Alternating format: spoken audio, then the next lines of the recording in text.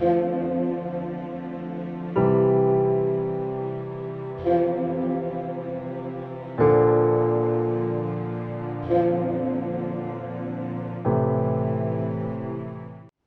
پاک میں سے ہمارے لیے آج کی تلاوت یوشوا کی کتاب، اس کا 24واں باب اور اس کی 14ویں سے 29ویں آیت۔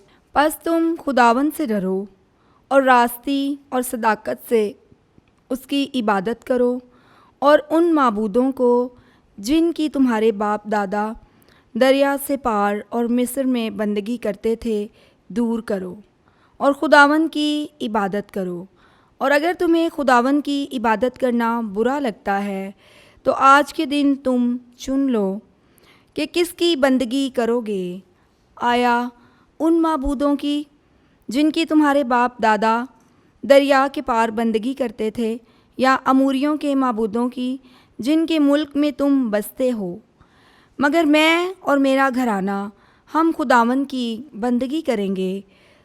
تب لوگوں نے جواب میں کہا، ہرگز ایسا نہ ہو کہ ہم خداوند کو ترک کریں اور دوسرے معبودوں کی بندگی کریں، کیونکہ خداوند ہمارا خدا وہی ہے جس نے ہمیں اور ہمارے باپ دادا کو ملک مصر کی جائے غلامی سے نکالا، جس نے ہماری آنکھوں کے سامنے وہ بڑی بڑی نشانیاں کیں، اور سب راہوں میں جن میں ہم چلے اور سب قوموں کے درمیان جن میں سے ہم گزرے اس نے ہماری حفاظت کی، اور خداوند نے ہمارے سامنے سے سب قوموں کو اور اموریوں کو جو ملک میں رہتے تھے نکال دیا۔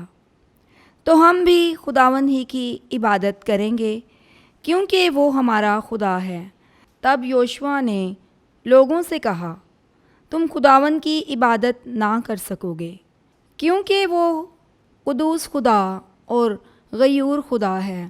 وہ تمہارے گناہوں اور تمہاری بدیوں پر صبر نہ کرے گا۔ اگر تم خداوند کو ترک کرو گے اور دوسرے معبودوں کی عبادت کرو گے، تو بعد اس کے کہ وہ تم سے نیکی کرتا رہا تو وہ تم سے پھر جائے گا اور تم پر آفت نازل کرے گا اور تمہیں فنا کر ڈالے گا۔ تب لوگوں نے یوشوا سے کہا، ہرگز نہیں، بلکہ ہم خداوند کی بندگی کریں گے۔